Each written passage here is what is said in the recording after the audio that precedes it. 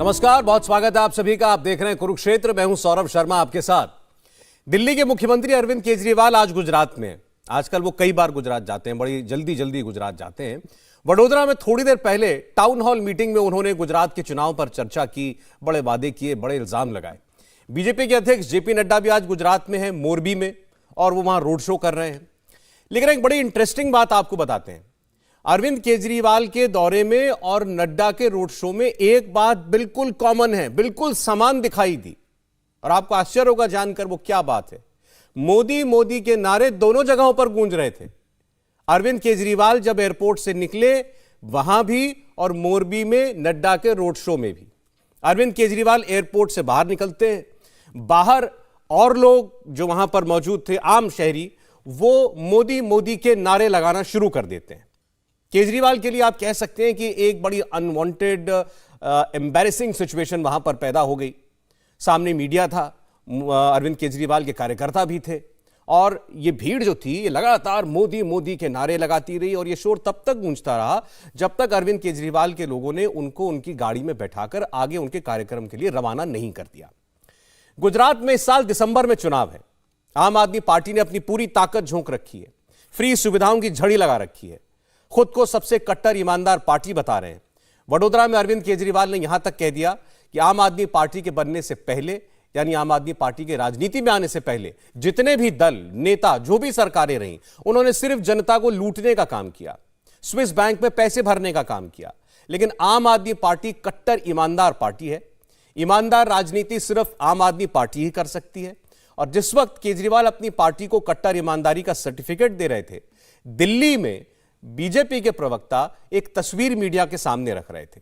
कह रहे थे कि केजरीवाल जी के साथ दिखने वाला शख्स शराब कारोबारी है, केजरीवाल जी का बहुत करीबी है, जिसकी वजह से सारे नियम कानूनों को ताक पर रखकर अरविंद केजरीवाल ने इस शख्स को शराब के ठेके दिलवाए, भ्रष्टाचार किया। सुनिए। आप अरविंद केजरीवाल जी, मनीष सिसोदिया जी, कृपया करके यह बताइए, इन करीबियों को भ्रष्टाचार की रेवड़ियां क्यों बांट रहे थे? करीबी है ये तो स्पष्ट है, इसलिए यह सवाल नहीं पूछूंगा। जैसा मैंने कहा, दो जिस्म एक जान। तो ये जो करीबियों को आप भ्रष्टाचार की रेवड़ियां बांटते हैं, क्या यही आपका रेवड़ी कल्चर है? केजरीवाल जी, आप जितना भी प्रयास क्यों ना कर लें,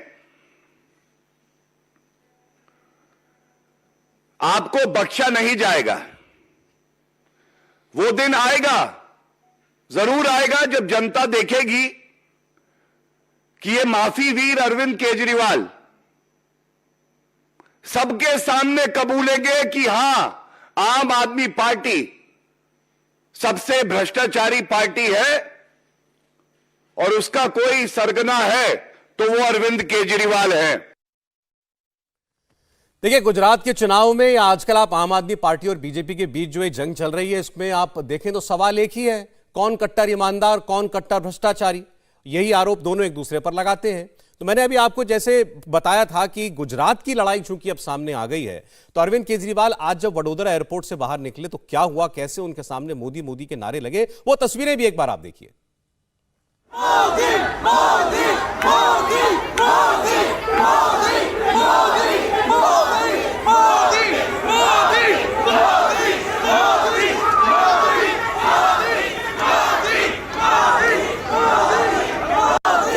मोदी बहरहाल इस पर आम आदमी पार्टी क्या कहती है, बीजेपी क्या कहती है, दोनों मेहमान जुड़ेंगे तो आप उनकी बात सुनेंगे। लेकिन आज अरविंद केजरीवाल ने एक बार फिर कैसे यह साबित करने की कोशिश की कि उन्हें छोड़कर देश की सारी राजनीतिक पार्टियां घोर बेईमान हैं, घोर भ्रष्टाचारी हैं। सुनिए। ये लोग कहते हैं कि गुजरात के लोगों को फ्री नहीं मिलना चाहिए।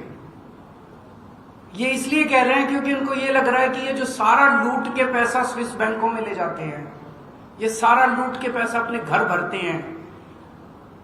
अगर ईमानदार राजनीति हो गई, अगर जनता को फ्री सुविधाएं मिलने लग गई, तो इनके लूटने के लिए पैसा नहीं बचेगा।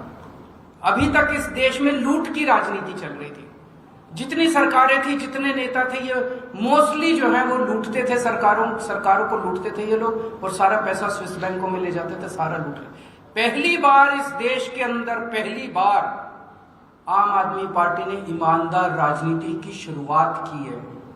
हम ईमानदारी से काम करते हैं, पैसा बचाते हैं, भ्रष्टाचार रोकते हैं, रिश्वत नहीं लेते, उससे सरकार में खूब पैसा बचता है, उससे हम जनता को फ्री बिजली देते हैं, फ्री शिक्षा देते हैं, फ्री अस्पताल देते हैं, फ्री दवाइयां देते हैं। अब ये लोग इसका विरोध इसलिए कर रहे हैं कि अगर इनको फ्री देना पड़ गया तो इनका लूटने का पैसा हो जाएगा। तो एक चीज गांठ बांध लो, जो आदमी कहे कि फ्री सुविधाएं नहीं मिलनी चाहिए, समझ लेना उस आदमी की नीयत में खोट है।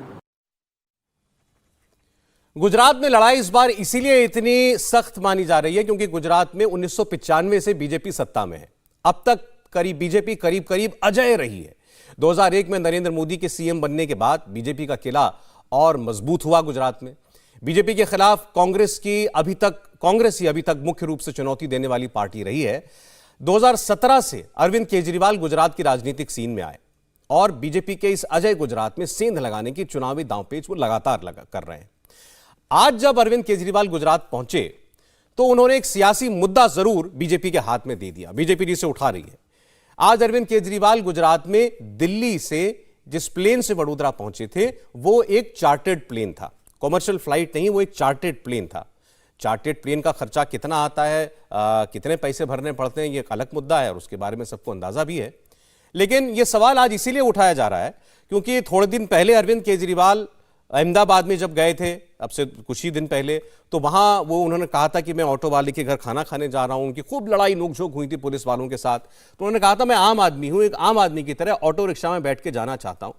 आज वो चार्टर्ड फ्लाइट में जब दिखाई दिए तो ये सवाल उठाए जा रहे हैं कि अरविंद केजरीवाल जी जो बिल्कुल खुद को आम आदमी बताते हैं, आम आदमी की तरह रहते हैं, आम आदमी की तरह कपड़े पहनते हैं, आम आदमी की राजनीति करते हैं, वो लाखों रुपए के चार्टर्ड फ्लाइट से आखिर क्यों चल रहे हैं।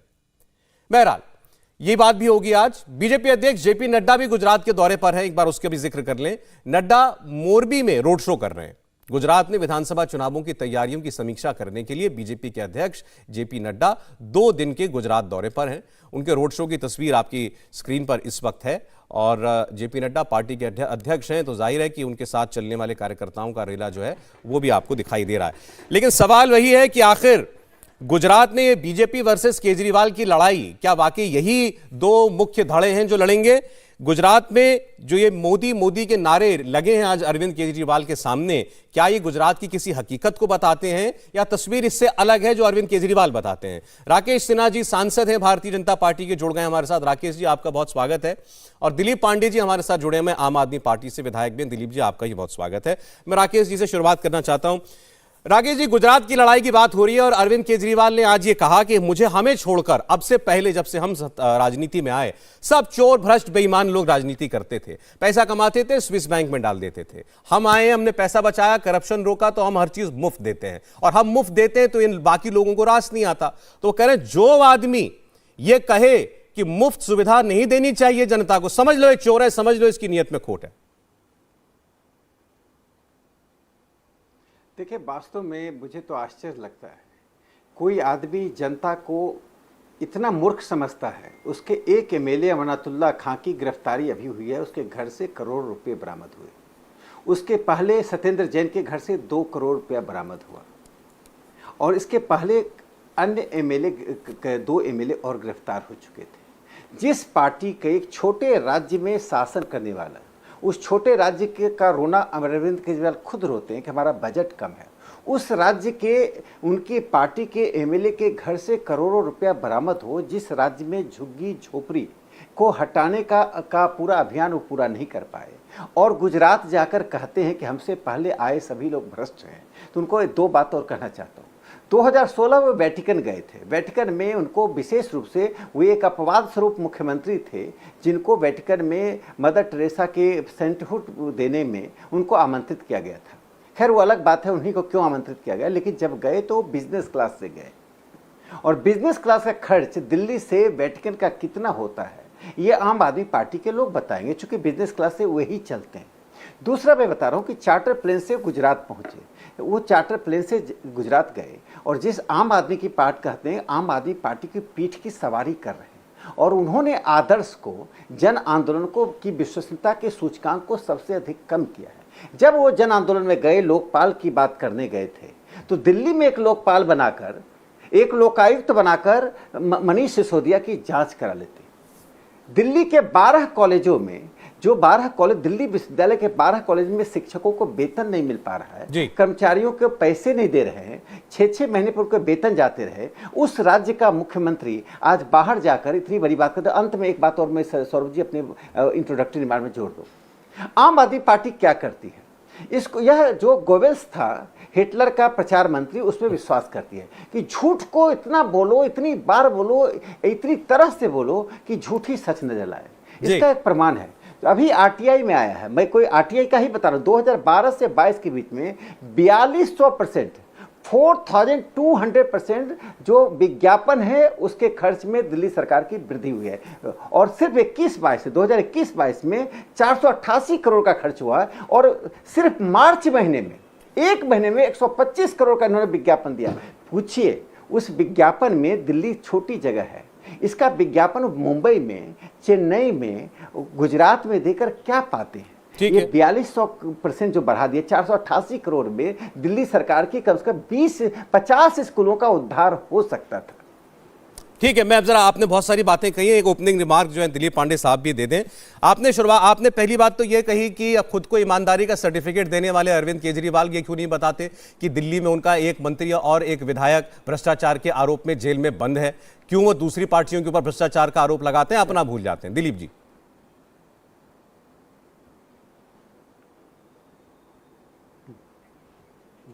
दिलीप जी, आपका सिस्टम म्यूट है, जरा अनम्यूट कर लीजिए।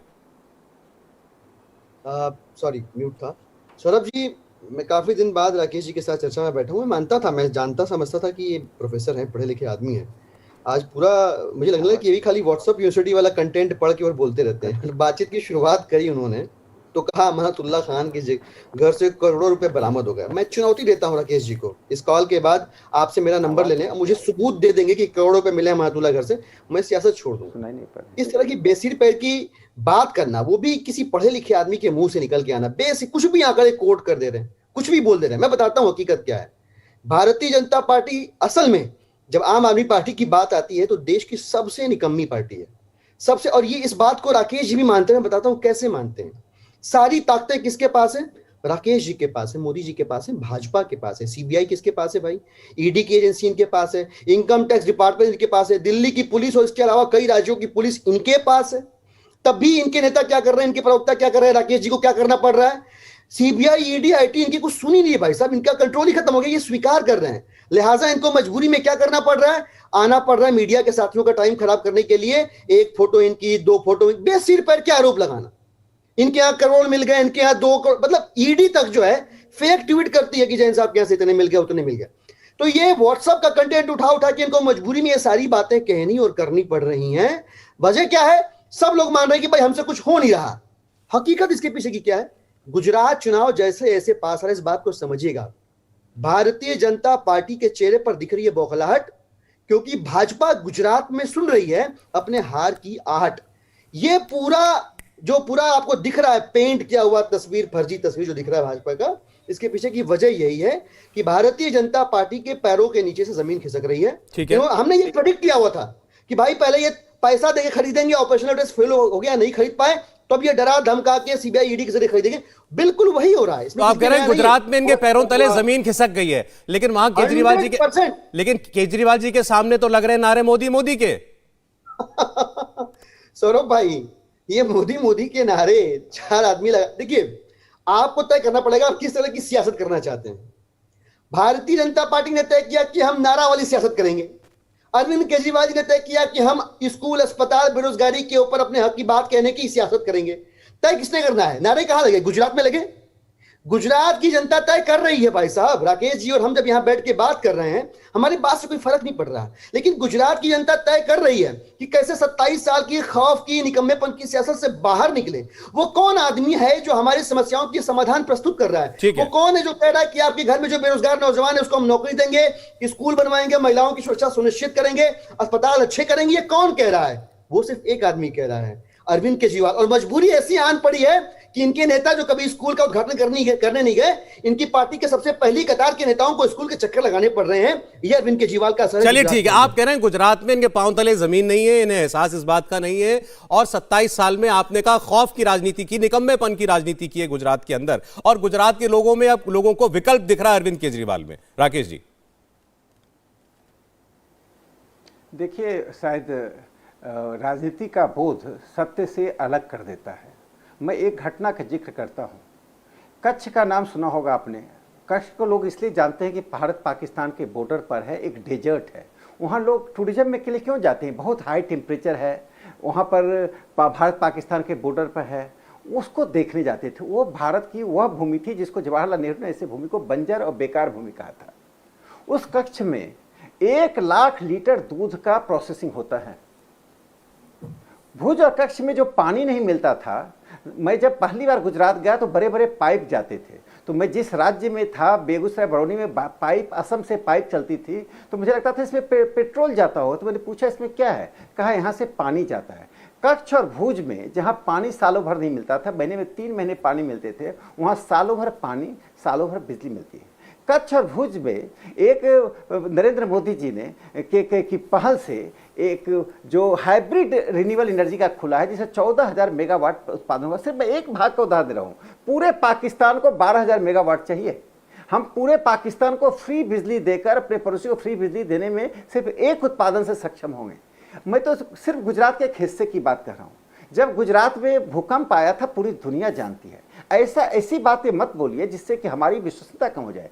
मोदी जी की, बीजेपी की, आरएसएस की आलोचना करने के बहुत से तथ्य तर्क हो सकते हैं, लेकिन गुजरात जो चमक रहा है, चमकते चीज को श्वेत को काला कह देना और काला को श्वेत कह देना, यह इससे जनता नहीं विश्वास करती, इससे विश्वसनीयता कम होती है। और आप एक अच्छे प्रवक्ता हैं, आप बताइए कि गुजरात में बिजली, गुजरात में पानी, गुजरात में मेडिकल सर्विसेज, आपको मालूम है गुजरात में 3 किलोमीटर के रेंज पर एक एम्बुलेंस अवेलेबल है। आप रात को फोन कीजिए, 3 किलोमीटर के रेंज में एक अवेलेबल है।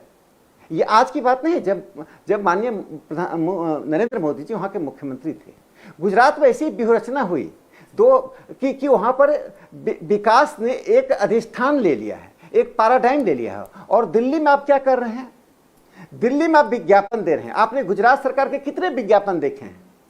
हमें टाइम्स ऑफ इंडिया या हिंदुस्तान टाइम्स, जितने अंग्रेजी के अखबार हैं, दिल्ली के जितने नेशनल न्यूज चैनल हैं, आपको गुजरात का, मध्य प्रदेश के कितने, उत्तर प्रदेश के कितने विज्ञापन मिलते हैं?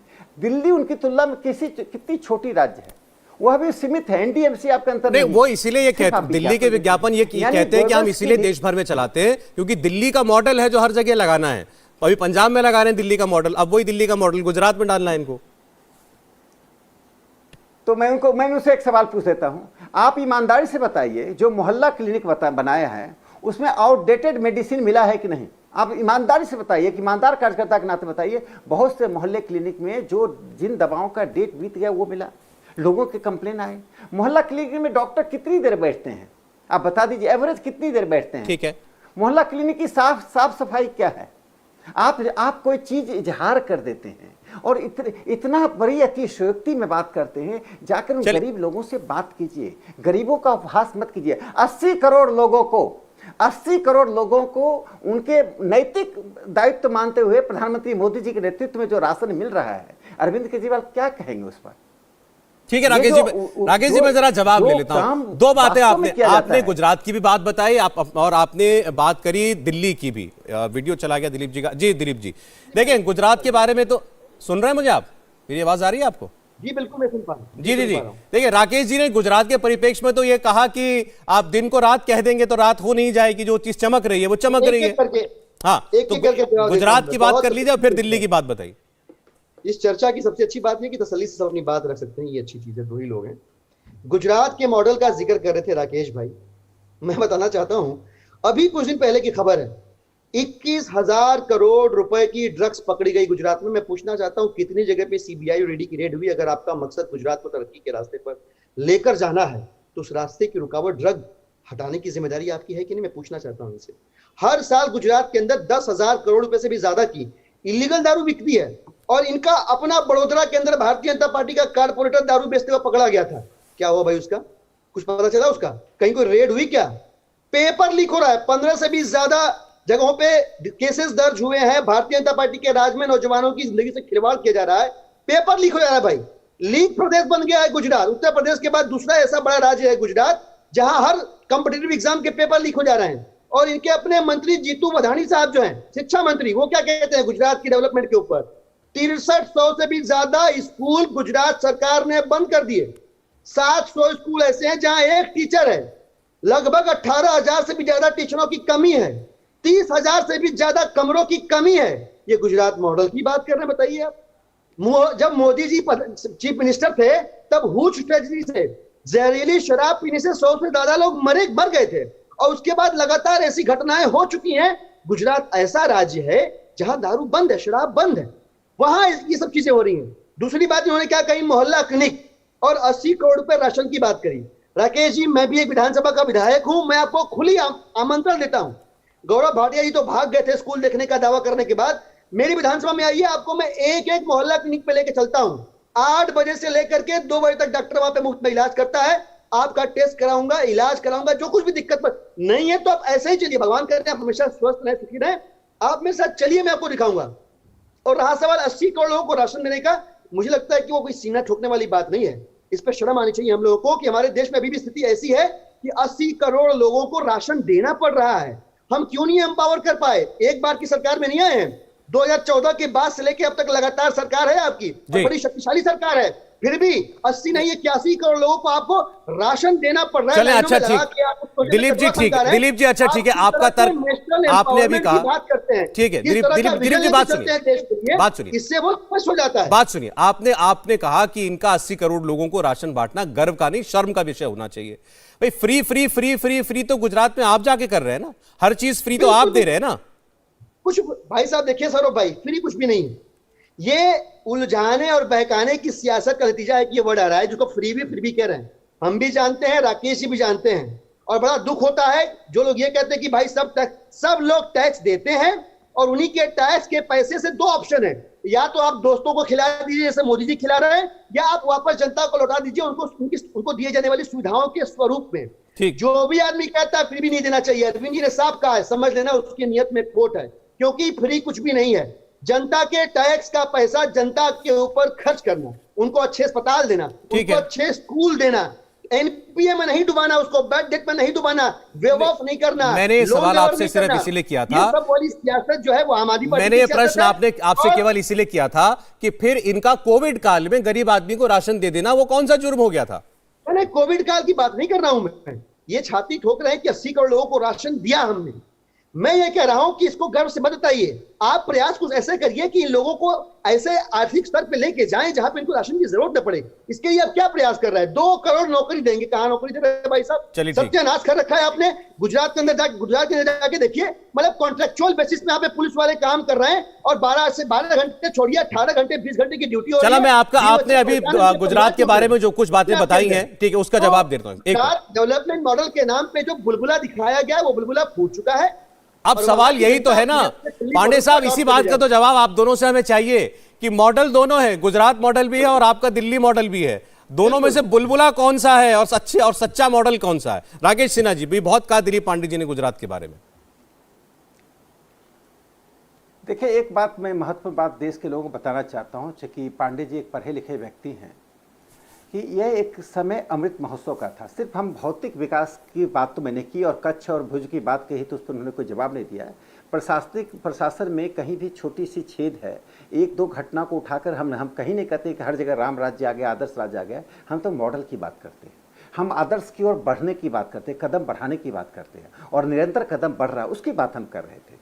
मैं भी कोई एक छोटी मोटी घटना लेकर मैं नहीं कर रहा हूँ, मैं तो सामान्य बात दिल्ली सरकार कही। जो मैं बात कहना चाहता हूँ, अमृत महोत्सव की घोषणा नरेंद्र मोदी जी ने किया। जिस नरेंद्र मोदी जी ने 2003 में गुजरात का मुख्यमंत्री बनने के बाद श्यामजी कृष्ण वर्मा का जो अस्थि भस्म 1937 से जेनेवा में पड़ा हुआ था, उसको गुजरात लेकर आकर क्रांति तीर्थ की स्थापना की। अरविंद केजरीवाल एक बता दे, दिल्ली के कितने स्वतंत्रता सेनानियों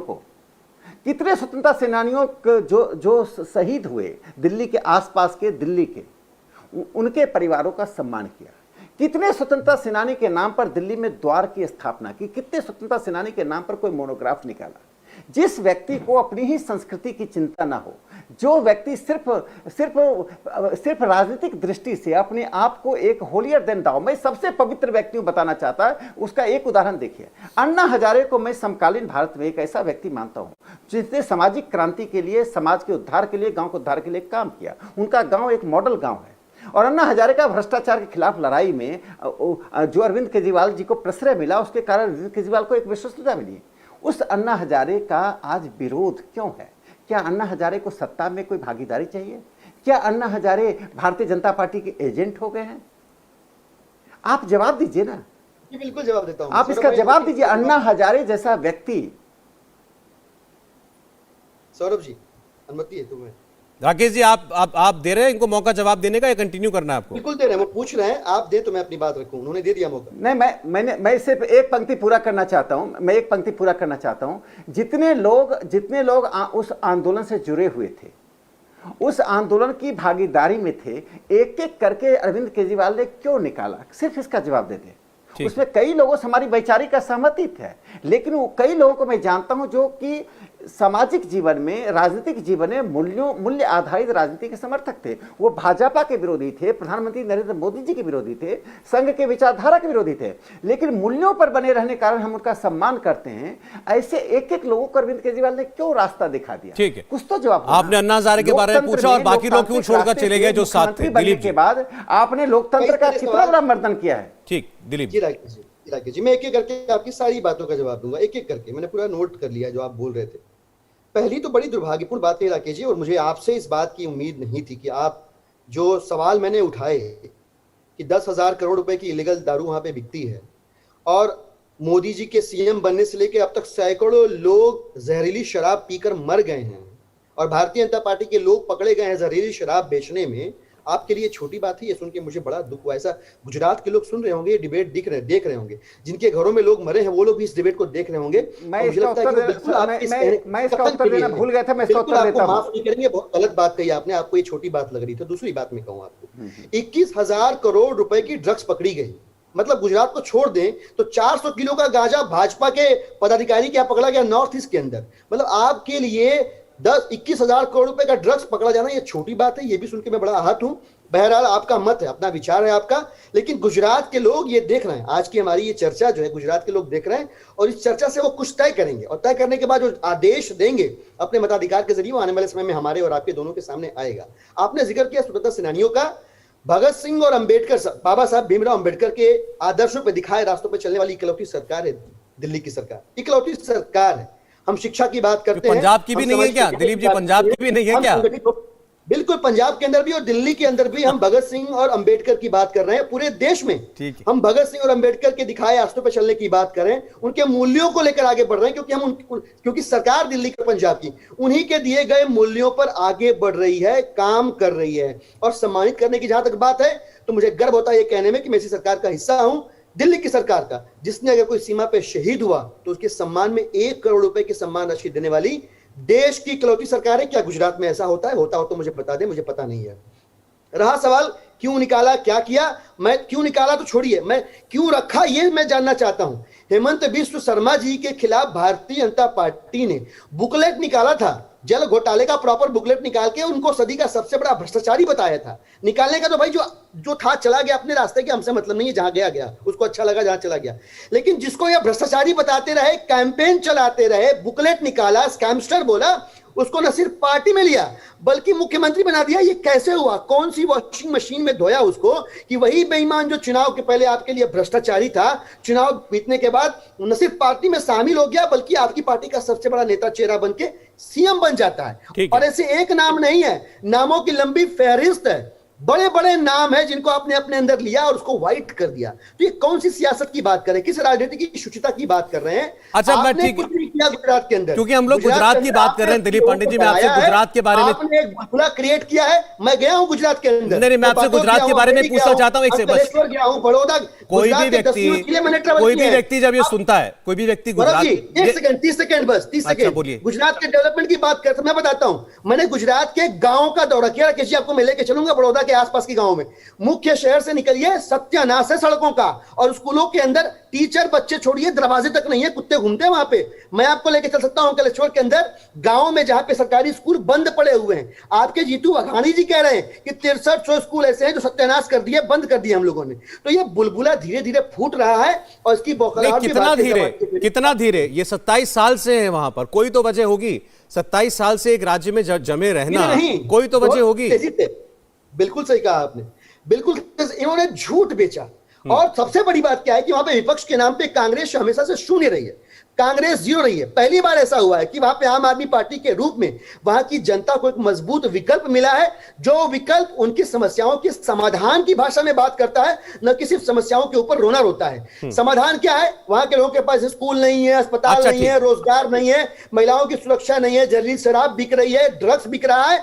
समाधान क्या है? अरविंद केजरीवाल जिसने स्कूल ठीक एक समाधान आप कह रहे हैं, वो भी पूरे देश का समाधान वो है अरविंद केजरीवाल। अच्छा, एक सवाल का उत्तर दीजिए, फिर बहुत सारे विषयों का राकेश जी मैं आपको समय दूंगा, पूरा जवाब दे दीजिएगा। देखिए, ये जो आज कंट्रोवर्सी उठी है ये चार्टर्ड प्लेन वाली, ये कोई ऐसा नहीं है कि देश में नेता चार्टर्ड प्लेन से नहीं उड़ते। बहुत सारे नेता चार्टर्ड प्लेन इस्तेमाल करते हैं, बहुत मुख्यमंत्री करते हैं। लेकिन अरविंद केजरीवाल जी जब कर रहे हैं तो सवाल इसीलिए पूछा जा रहा है क्योंकि अरविंद केजरीवाल जी अपने आप को बिल्कुल सामान्य व्यक्ति बताते हैं। अरविंद केजरीवाल जी ने जब राजनीति शुरू की थी, जब मुख्यमंत्री बने थे, तो उन्होंने कहा था मैं सिक्योरिटी नहीं लूंगा, मैं गाड़ी नहीं लूंगा, मैं बंगला नहीं लूंगा। मजबूरियों में उनको लेना पड़ गया। उसके बाद फिर वो चलते थे कमर्शियल फ्लाइट से, अब कमर्शियल फ्लाइट से फिर बिजनेस फ्लाइट पे आए, बिजनेस क्लास से उसके बाद अब चार्टर्ड फ्लाइट पर आ गए हैं। तो लोग पूछ रहे हैं भाई इसका पैसा कहां से आ रहा है? सौरभ भाई, उनके यात्रा की आवश्यकताओं को वो समझें, पर मैं ये समझना चाहता हूं और आप ईमानदारी से सोच के बताइएगा कि अगर देश की, दिल्ली की, पंजाब की, गुजरात की जनता को इससे अगर इत्तेफाक नहीं होगा तो वो इसको रिफ्लेक्ट करेगी अपने वोटिंग पैटर्न के अंदर। मैं समझना चाहता हूं कि भारतीय जनता पार्टी के पहली कतार से लेकर के आखिरी कतार तक के नेता जो चार्टर हेलीकॉप्टर्स, चॉपर्स और प्लेन्स पे चलते हैं, उनका पैसा कौन देता? मैंने तो पहले कहा कि आपकी नजर में तो ये सारे बेईमान है। अभी आज ही तो अरविंद केजरीवाल ने बोला, हमने सुनवाया भी कि उनसे पहले हर कोई बेईमान था। भाई ये स्वीपिंग स्टेटमेंट दे रहे हैं, भाजपा वाले बोलेंगे अच्छा लगेगा, आप मत कहिए। नहीं, मैं कह रहा हूं अरविंद केजरीवाल ने कहा और अरविंद केजरीवाल की बात हमने सुनाई। आपने सुना नहीं सौरभ भाई? उन्होंने कहा कि जो भी आपको दी जाने वाली जन सुविधाओं के खिलाफ होता है, जो भी फ्रीबी के खिलाफ होता है, उसकी नीयत में खोट है, वो बेईमान है, वो भ्रष्टाचार कर रहा है। और ऐसे तमाम दिलीप जी, आपने मुझे लगता है अपने नेता की बात पूरी नहीं सुनी। आपके नेता ने ये कहा था अभी तक इस देश में लूट की राजनीति चल रही थी, जितनी सरकारें, जितने नेता ज्यादातर लूटते थे, सरकारों को लूटते थे, अपना पैसा स्विस बैंक में ले जाते थे। उनके शब्द पूरा सुना। हाँ, मैंने पूरा सुना सौरभ भाई। कंटेक्स्ट क्या था आप बताइए, संदर्भ क्या था आप बताइए? मैं तो आपको वर्बेटिम बता रहा हूं आपको। वो ये कह रहे हैं कि अब तक की जितनी भी सरकारें थी सब बेईमान थी। सौरभ भाई आप ऐसा मत करिए, संदर्भ समझिए। संदर्भ क्या था? प्रश्न क्या पूछा गया था उनसे? अरे भाई अजीब बात है ना। प्रश्न क्या था? प्रश्न के जवाब में उन्होंने ये बात कही। सर, प्रश्न के जवाब में बात कही, खैर ये विषय नहीं है। विषय ये था कि आपने इनके ऊपर चिपकाई बात ये लोग चार्टर्ड से क्यों उड़ते हैं। मैंने ये कहा कि भाई इनकी बात आप इसलिए छोड़ दीजिए क्योंकि आप लोग तो इनको भ्रष्ट मानते हैं, तो इनके पास तो भ्रष्टाचार का पैसा बकौल आम आदमी पार्टी, तो ये तो भ्रष्टाचार के पैसे से चार्टर्ड प्लेन में उड़ रहे हैं। अरविंद केजरीवाल चार्टर्ड प्लेन से कैसे उड़ रहे हैं? हमने ये कहा कि चार्टर्ड में उड़ रहे हैं इसलिए भ्रष्ट हैं, ये कहा हमने। अब आप बात को घुमा रहे हैं। अब बात को नहीं, मैं पूछ रहा हूं आपसे। नहीं, मैं आपसे समझ रहा हूं, आप चिपक अभी आपने खुद बोला, अभी आपने खुद बोला ना इनके पहली पंक्ति से लेकर के 10वीं पंक्ति के सारे नेता हेलीकॉप्टर चार्टर्ड में घूमते हैं। सौरभ भाई, बेहतर होता है कि ये डिबेट मेरे और राकेश जी के अंदर होती है, लेकिन मेरे और आपके बीच में हो रही है, ये दुर्भाग्यपूर्ण है। मैं आपसे समझना चाह रहा हूं कि उन्होंने ये कहा क्या कि चार्टर प्लेन में चल रहे हैं सभी नेता भ्रष्ट है? नहीं कहा ना। मेरा प्रश्न आपसे है, फ्रीबी के खिलाफ। भाई मेरा प्रश्न आपसे है इस बात का। बिल्कुल, कंटेक्स्ट क्या था? फ्रीबी के खिलाफ जो नेता हैं उनकी नीयत में खोट है, वो गलत हैं। दिलीप जी देखिए, मैं भी नहीं चाहता कि आपका और उनके बीच का समय मेरे और आपके बीच में जाए। मेरा सवाल ये था, इस पर आप सीधा सा उत्तर दे सकते हैं। सवाल ये था कि अगर अरविंद केजरीवाल जी जो आम आदमी की राजनीति करते हैं वो चार्टर्ड फ्लाइट से उड़ रहे हैं, तो सवाल पर पूछा जा रहा है कि भाई ये सब कैसे? सौरभ भाई आपने हाँ। सुना नहीं फिर। हाँ। आप खाली सवाल पूछने के लिए पूछ रहे, मैंने एकदम क्लियर जवाब दिया। मैंने कहा अरविंद जी की यात्रागत आवश्यकताओं को वो समझे, लेकिन अगर ये एक प्रश्न है तो मेरा प्रश्न भी है कि भारतीय जनता पार्टी के जो बड़े नेता हैं और छोटे नेता हैं ठीक सब है। चॉपर हेलीकॉप्टर में घूमते हैं, ठीक है। उनका पैसा कहां से आता है? क्या भारतीय जनता पार्टी से पूछेंगे? राकेश जी भी बगल में बैठे हुए हैं, हाँ, उनसे बिल्कुल। पूछेंगे क्या? भाई हमसे क्या, हम तो पूछिए उनसे। अरे भाई मैं- हमारी पूछने की मैं नौबत तो बताएं? तब आए ये जब बताओ, आप लोगों ने मैं पूछने में कभी कोई बताता हूं। कसर छोड़ी मैं हो। पूछता हूं। ये भाई, इनके प्राइवेट विमान के चार्टर ऊपर प्लेन में नाम जो क्या मोदी लिखा जी है वो अमित तक शाह बताया के गया है। जो घूमते हैं, उनका पैसा भारतीय जनता पार्टी किससे लेती है बताएं मुझे, मैं भी समझना चाहता हूं। और चार्टर प्लेन में बैठने से भ्रष्ट नहीं हुआ कोई। जो मैंने नहीं कहा कि- गांव के मैंने खिलाफ नहीं रहा, कहा कि भ्रष्ट हो जिन्होंने गए। स्कूल अच्छे नहीं बनाए, जिन्होंने अस्पताल अच्छे नहीं बनाए, जिन्होंने 21,000 करोड़ रुपए की ड्रग पकड़े जाने पे कुछ भी नहीं किया, जिन्होंने 10,000 करोड़ रुपए की हर साल शराब जहरीली बेचने दी, जहरीली शराब से लोगों को मरने दिया, फिर भी नहीं कुछ किया। चलिए जनता ठीक। उनसे नाखुश, चलिए जनता उनसे नाराज है। और वो ओके। अपने जनादेश और भी इसको reflect- और कमर्शियल और ये चार्टर्ड फ्लाइट की बात अरविंद केजरीवाल जी जाने। चले राकेश जी बहुत देर से सुन रहे थे मेरी और आपकी बात। देखिए, मैं तो आश्चर्य में हूँ कि अन्ना का नाम लेना भी आम आदमी पार्टी के लिए एक गुनाह हो गया है। उन्होंने सभी प्रश्नों का उनको राइट बनता है। भारतीय जनता पार्टी की सरकारों की झूठ सच आलोचना करने का चुनाव के दौर में ये सब चलता है, लेकिन हम टीवी डिबेट पर हैं। करोड़ों लोग आपके इस शो को देखते हैं सौरभ जी, उसमें हम कोई ऐसी बात कहें जिससे बुद्धिमान जनता को लगे कि हम क्यों टीवी पर बुलाए जाते हैं। अन्ना का नाम मैंने लिया था। अन्ना क्या राजनीतिक भागीदारी चाहते हैं भारतीय जनता पार्टी में? क्या अन्ना आरएसएस बीजेपी के एजेंट हैं? अन्ना ने अरविंद केजरीवाल को पत्र लिखकर जो दुर्भाग्यपूर्ण स्थिति की चर्चा की, उन्हें आप उसका जवाब तो नहीं दे पाए। चलिए मैं आगे बढ़ता हूं। आप नहीं दे पाएंगे, चूंकि अन्ना का नाम लेना आम आदमी पार्टी में अनुशासनहीनता का प्रतीक हो जाता है और पार्टी से निकलने का खतरा बन जाता है, इसलिए आप नहीं करेंगे। आप चाहेंगे भी तो नहीं करेंगे। लेकिन मैं जो बातें कहना चाहता हूं कि आम आदमी पार्टी ने कहा चार्टर प्लेन से चलना कोई भ्रष्टाचार का लक्षण नहीं है। आम आदमी पार्टी घोषणा करे कि पिछले 2 साल में उसको कहां से किस प्रकार से पैसा चंदा के रूप में आया है। और संसदीय जनतंत्र में जो सरकार का मुखिया होता है उसका बड़ा महत्व होता है। आप अराजकतावादी बनकर संसदीय जनतंत्र में मुख्यमंत्री और प्रधानमंत्री के रूप में नहीं रह सकते हैं। यह संसदीय जनतंत्र पर हमला है। अभी दिल्ली के माननीय उपराज्यपाल जी ने लगभग 250 फाइल्स लौटाए हैं। क्यों लौटाए हैं? देश की जनता को जानना चाहिए। अरविंद केजरीवाल ने सब तरह के काम किए, लेकिन दस्तखत नहीं किए। क्यों डरते हैं दस्तखत करने से? आप जो फैसले लिए और फैसले लागू कर रहे हैं उसमें वित्त इन्वॉल्व है, फाइनेंस इन्वॉल्व है, और आप दस्तखत नहीं कर रहे हैं। यानी चोरी करो, चोरी की सजा से बचते रहो, ऑफिसर्स को के बलि का बकरा बनाते रहो। पूरी दुनिया के संसदीय जनतंत्र के इतिहास में, पूरी दुनिया में, भारत नहीं, किसी राज्य का प्रधानमंत्री या मुख्यमंत्री जो फैसला लेता है उसके आदेश से फैसले लेते हैं, विधानसभा के में पारित होने के बाद उस फैसले लेते हैं, लेकिन स्वयं दस्तखत नहीं करता है। अब जनता समझ जाएगी कि इसके पीछे अरविंद केजरीवाल क्यों नहीं लेते हैं, क्यों डरते हैं। और अभी मनीष सिसोदिया का जो प्रकरण हुआ तो मैंने बड़े लाइटर जोन में कहा कि अरविंद केजरीवाल, मनीष सिसोदिया और अरविंद केजरीवाल के बीच में जो एक चल रही थी भ्रष्टाचार का आरोप मनीष सिसोदिया पर लगा और वो सत्य आरोप था, उस आरोप से बच नहीं सकते हैं। तो अरविंद केजरीवाल, फिर मनीष सिसोदिया को अरविंद केजरीवाल को अपना गुरु कहना पड़ा। तो भ्रष्टाचार का यदि इस देश में कोई गुरु है तो अरविंद केजरीवाल है। चलिए ठीक। विश्वसनीयता पर चाकू चलाने वाला कोई तो अरविंद केजरीवाल है। आपने जन आंदोलन किया पूरे देश के लिए, जन आंदोलन किया एक संसदीय जनतंत्र के लिए, जन आंदोलन किया भ्रष्टाचार के खिलाफ के लिए, और भ्रष्टाचार का जो नायक था उसको ही आपने सीधे सामने से चाकू मारा, अन्ना हजारे। अच्छा ठीक है, आपके बस पास सर समय नहीं। राकेश जी बिल्कुल खत्म हो गया। मैं चाहता हूँ क्योंकि बात आपने उठाई मैं है, एक बात कह दूं, सर बिल्कुल समय नहीं है। सौरभ जी एक छोटी बात कह दूं, एक पूरी बात कर लूं। जब अरविंद केजरीवाल मुख्यमंत्री बने तो बोले मैं कोई सुरक्षा नहीं लूंगा, जनता बड़ा प्रभावित हुई। बाद में कहे आज 67 कांस्टेबल उनको सुरक्षा दे रहे, 67, और पंजाब उनको कहता जेल प्लस देंगे। लेकिन पहले जो आप घोषणा करते हैं जनता के सामने, लुभावनी घोषणा करते हैं, एंटी पॉलिटिक्स करके पॉलिटिक्स में अपने ठीक है बनाना। राकेश मैं जवाब ले लूं। आपने सीधे अरविंद केजरीवाल, मनीष सिसोदिया का नाम लिया और कहा ये भ्रष्टाचार के गुरु हैं। ठीक, अरविंद जी शॉर्ट में जवाब दीजिएगा प्लीज, समय बहुत कम है।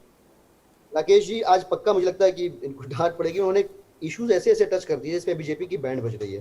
इन्होंने कहा पैसा कहां से आया, आम आदमी पार्टी बताए। मैं आपको बताना चाहता हूं कि देश के अंदर इकलौती पार्टी है आम आदमी पार्टी जिसका 100% डोनेशन का सोर्स रिवील होता है इलेक्शन कमीशन में। इकलौती ऐसी पार्टी है।